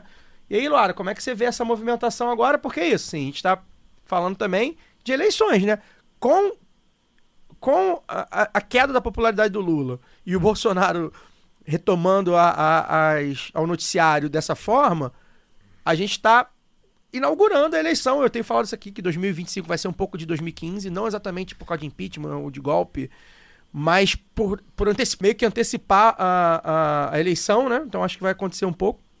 Como é que você tá vendo esse cenário, né, de Bolsonaro aí prestes a perder ainda mais capital político? Caio, inclusive essa naturalização também de quem foi contra e de quem foi a favor dos bolsonaristas, né? Quem foi contra e quem foi a favor do golpe, da tentativa de golpe, para dar uma limpada no terreno, né? Então também, olha, esse daqui, ó, mas ele é legalista, olha só, não, isso aqui é limpinho, olha o Valdemar, só, né? dá pra conversar. O próprio Valdemar já tá meio da... que, tipo, o nome dele não foi, eu sou o presidente, sou um cara que já participei de governo PT, ele meio que tá, ó, o Valdemar tá aqui lavando a mãozinha. Eu fiz o que me mandaram fazer ali. Não saiu o nome dele. Tem isso, e tem também, assim, uma coisa que eu senti falta na denúncia foi a denúncia mais contundente também dos financiadores, né? Porque da denúncia até a prisão que a gente espera do Bolsonaro, que tipo de resistência vai ter dos bolsonaristas, né? Existe ainda, sem financiamento, existe esse bolsonarismo que vai fazer, né? Vai resistir ali, vai defender o Bolsonaro, e quem é que vai pagar por isso? Porque houve gente que pagou, isso vai acontecer. Esses caras já estão meio com, né, sabem que estão sendo investigados, porque, né, teve gente presa pelo 8 de janeiro, mas será que vamos ter algum movimento desse também para poder parar a narrativa, né, do Lula, que teve o acampamento Lula livre? É uma coisa que eu realmente estou curiosa para ver como é que vai ser o desdobramento. Eu acho que não, acho que já está bem morno, assim, acho que a base bolsonarista se contenta com esse movimento da tentativa de golpe como um ato de coragem, mas não sei, né? A gente não sabe, e eles jogam com isso também. O bolsonarismo joga com isso, com essa possível convulsão que poderia causar uma prisão do Bolsonaro. Então, a mídia também incensa, né? Como eu falei, essa coisa de limpar o terreno também mostra que continua dando espaço, né? Só ver que antes mesmo de sair a notícia, né, da tentativa de golpe documentada, com tentativa, inclusive, de assassinato, né, do presidente Lula, do vice-presidente Geraldo Alckmin e do ministro Alexandre de Moraes, o Bolsonaro estava publicando artigo defendendo a democracia, saca? Em jornal de grande circulação nacional. Então, esse viés que que dão, de naturalizar mesmo o comportamento bolsonarista, é uma coisa que a gente não pode desprezar, como nunca pôde desprezar, né, num país como o Brasil, mas que é de ficar aí atento pela naturalização desses novos nomes que a direita tem tentado emplacar para poder disputar o bolsonarismo, o espólio, né, do bolsonarismo. Pois é. Bem, relembrando a você, a gente vai desdobrar esse assunto provável, como o Fagner falou, esse assunto não vai morrer tão cedo, vai estar sempre aí na pauta.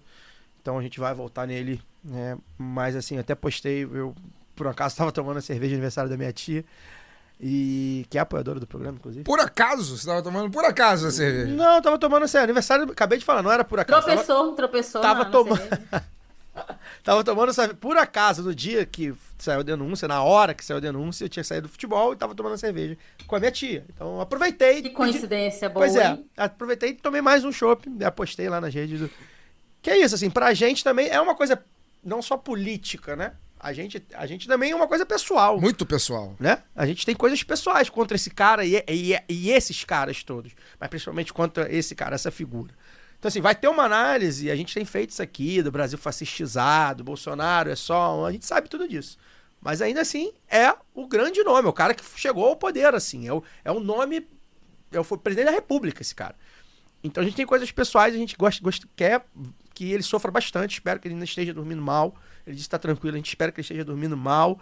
Cada dia que passe, né, a gente quer que ele sofra bastante, porque ele fez muita gente sofrer, né? E aí, quero que a bolsa de cocô transborde. Aí, para complementar essa coisa da pandemia, né? Eu também botei isso nas redes do lado B, assim.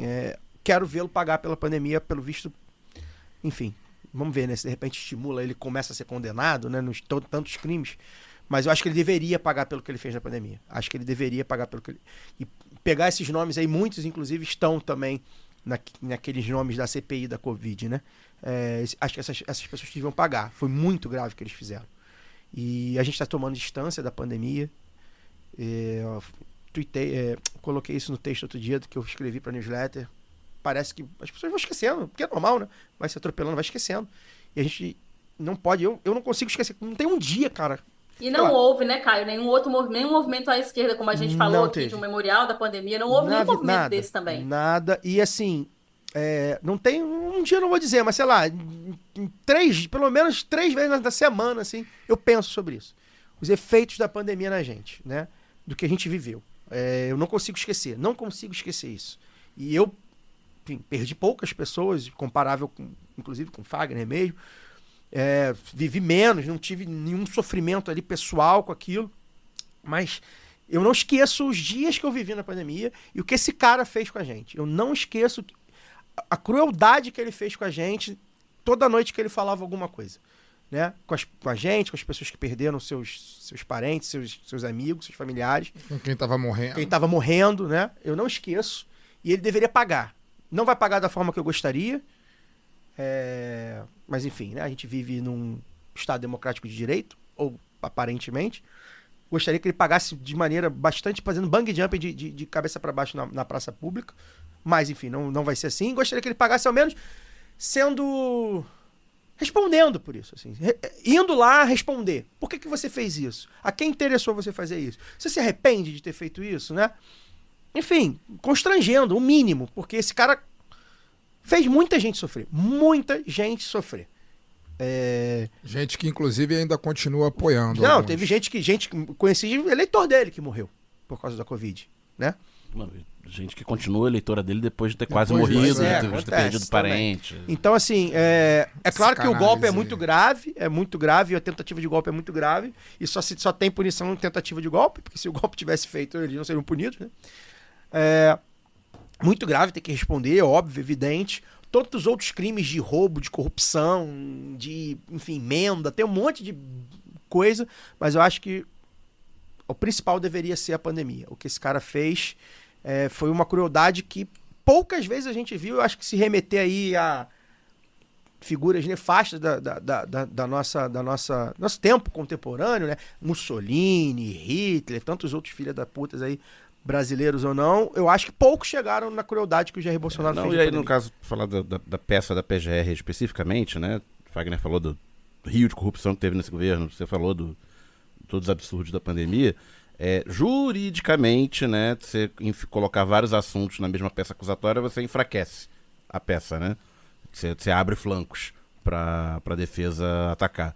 Então, acho que o fato da PGR concentrar na tentativa de golpe, que acho que é o melhor documentado, né? Melhor conjunto probatório, os advogados O cara escreveu com a própria mão dele. Exatamente, né? Você tem um conjunto probatório mais robusto, né? Acho que foi feita essa opção de ir aonde tinha mais elementos concretos, né? Não, inclusive puxando o fio, né? Porque o fio é puxado das fake news, né?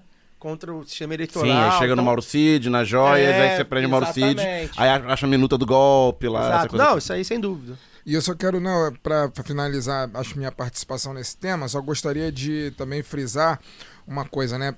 Eu vejo muita gente tentando descolar a imagem do Exército Brasileiro de tudo que aconteceu nesse período. Nossa querida imprensa corporativa, né? Inclusive a imprensa corporativa. Os generais que salvaram e o Brasil. Tá muito claro, né, que o Exército Brasileiro, ele é pago para isso. Ele é pago para fazer o que ele fez. Essa história foram uns generais coisa nenhuma. Ali a gente tem minuta do golpe escrita com letra, né, à mão de um general de 4 estrelas do Exército Brasileiro.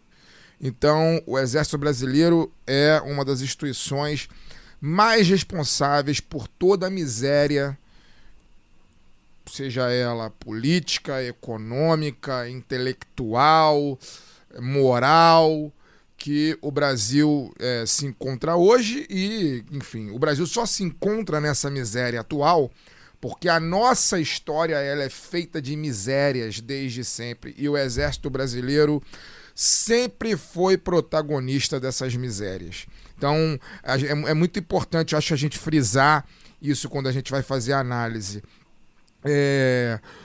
Quem diz que o Exército Brasileiro ou salvou, e aí dentro até do próprio governo Lula tem gente que fala isso, né? Quem diz que o Exército Brasileiro ou salvou o Brasil de mais um golpe, ou que os generais que participaram da trama não podem responder pelo Exército, quem fala isso, das duas uma, ou é mal informado ou está mal intencionado, né? O Exército Brasileiro é protagonista da miséria brasileira desde que, enfim, o Brasil é Brasil. E não seria diferente agora. Eu nem ia falar nada, porque vim pensando nisso aqui, como acho que já que o Fagner levantou a bola, né? Eu compartilhei no nosso grupo aqui mais cedo o caderninho do General Heleno, né? Um caderninho de brinde da Caixa Econômica, no qual ele colocou de próprio punho o plano do golpe. E deve ter feito isso com uma banalidade, né? Rapidinho e tal. Aí eu pensei, ele fez com a banalidade que eu com 12 anos fazia tabela fictícia de futebol do Flamengo campeão. Campeão brasileiro, campeão Libertadores e tal. Porque pra esses caras é isso, né? O eu de 12 anos que sonhava com o Flamengo campeão, o General Heleno com 70 e tantos anos, sonhando com golpe.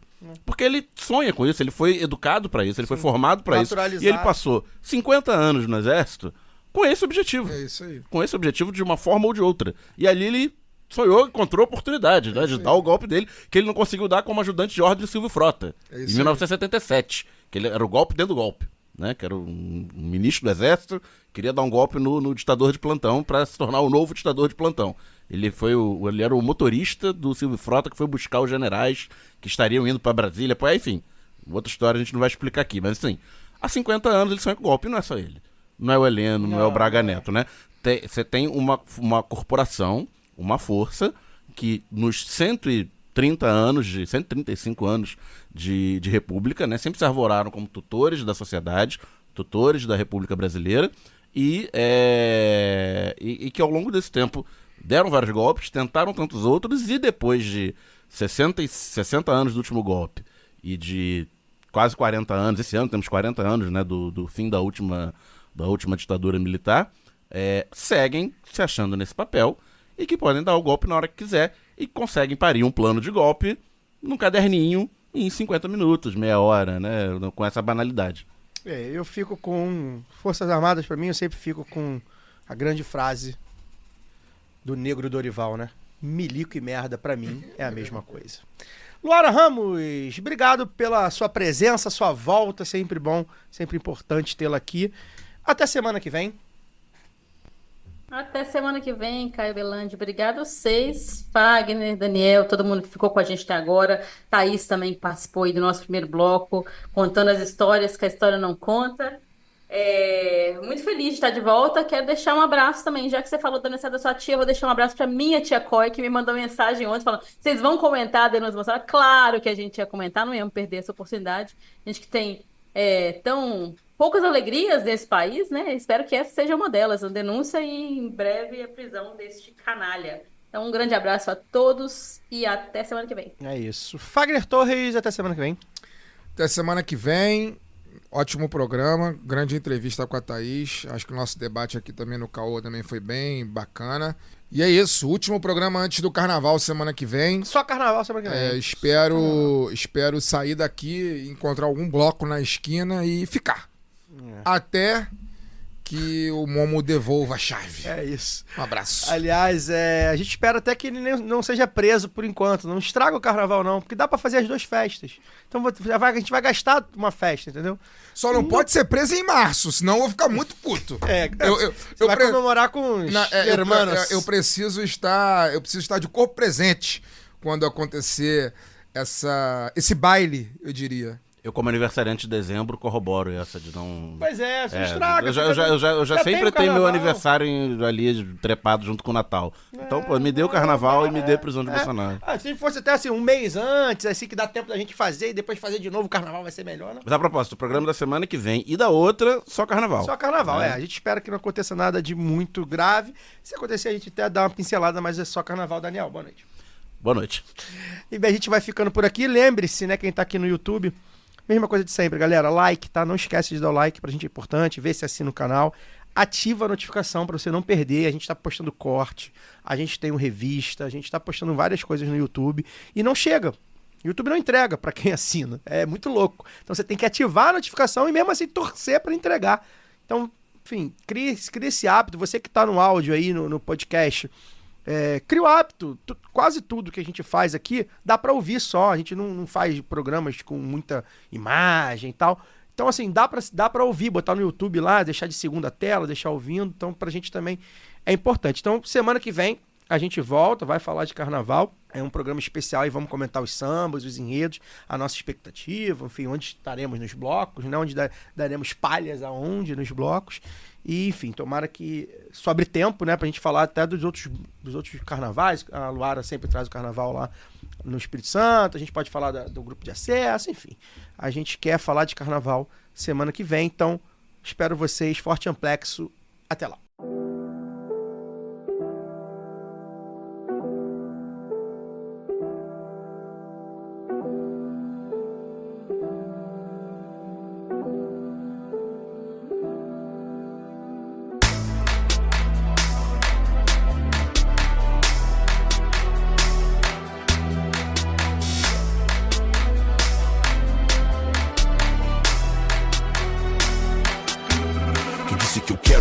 As pazes, quem disse que eu quero que me perdoe, quem disse aí que eles são capazes, com tudo que eu digo eles se doem. Não vão ter um pedaço de mim, vocês não vão ter meu sangue, nem quando eu der meu sangue. Falamos, agimos assim, coração blindado igual um tanque. Estamos na guerra, se renderam, criamos caminhos, se perderam, tipo um rato querendo queijo, mas não conseguiu sair do bueiro. Sorrir geral vai sorrir contigo, se tu chorar vai chorar sozinho. Antigamente eu andava em bloco, hoje é muito menos de 7 que eu confio, me reciclando dos destroços. Depois de tudo eu saio ileso, se tem uma navalha no meu pescoço eu fico tranquilo, é o meu barbeiro. Juraram amor à prova de balas, vazio com furo no copo d'água. Agora o dinheiro vem com a rajada, eu sou Deus da guerra, te devo nada, crack. Eu caminhei com a luz do sol, iluminei igual o dia. Eu vi o amor virar o mal, e mesmo assim não me escondia. Covardes, falo pros covardes que suas vontades não ferem quem tem fé. Covardes, falo pros covardes que suas vontades não ferem quem tem fé. Um dia longe da net, não bota a cara, eu não gosto disso. Vivendo a vida real, fudendo com a mina que eu nem sigo. Vários mandados no Insta falando merda, acha que eu não sei. Bom, inveja até o pouco é porque eu fiz o que ele não fez. Tamo fazendo história, não só conta as notas. Se nós tá no baile, a moral de ronca. Tô bolando outro plano, observo tudo de ponta a ponta. Deu tudo um Honda, fazendo a ronda, fumando essa carga de Barcelona. Baby, eu tô na mesma zona, agora eles sabem de onde eu vim. Que eu sou gigante, notas de fora são imigrantes. Aqui é somente brilhante, mas o que te ofusca é traçante. Escrevendo linhas igual uma aula, eles são estudantes. E nada é de graça, essa merda toda é uma troca. Faz a grana quem que trabalha, agora que apertar minha mão, antes nem olhava na cara. Respondo com sorriso amarelo só pra mostrar meus dentes de prata. É o Fai. Eu caminhei com a luz do sol, iluminei igual o dia. Eu vi o amor virar o mal, e mesmo assim não me escondia. Covardes, falo pros covardes que suas vontades não ferem quem tem fé. Covardes, falo pros covardes que suas vontades não ferem quem tem fé. Você chama de má influência, a gente chama de escola. Você foi uma prova de múltipla escolha. Pode ir lançado. O que cê chama de má influência, a gente chamava de escola. Crescer foi uma prova de múltipla escolha. O ódio enraizado, tu só vê cair as folhas. Querendo viver de algo que não me leve pra vala. Deus ouviu minhas palavras e fez geral ouvir minhas palavras. É tipo o voo das borboletas, onde só viam as larvas. Tentativa das nuvens de tapar o sol. Tu vê quem é passageiro e quem é astro. Tu vê quem faz barulho e ainda sai sem deixar rastro. Tu vê quem fala e quem é de fato bravo. Agora que eu cheguei, tu me olha igual quem vê o fantasma no forte. Sigo sem medo de nada, como quem tem certeza da vida após a morte. Tu se assusta que eu não me emociono, eu acordo com meu próprio ronco. Eu sei tu não entende o que eu tô falando, tá tranquilo, eu não vou exigir tanto. Porque você teme que eu seja o maior, você finge mas não é invencível. Morre de medo de eu chegar, agora é tarde, eu já dominei isso. Pode tentar me fazer recuar, até andando pra trás eu atiro. Melhor me tratar como inimigo, que eu miro tua testa enquanto tu olha pro próprio umbigo. Esse podcast foi editado por Fernando Cesarotti.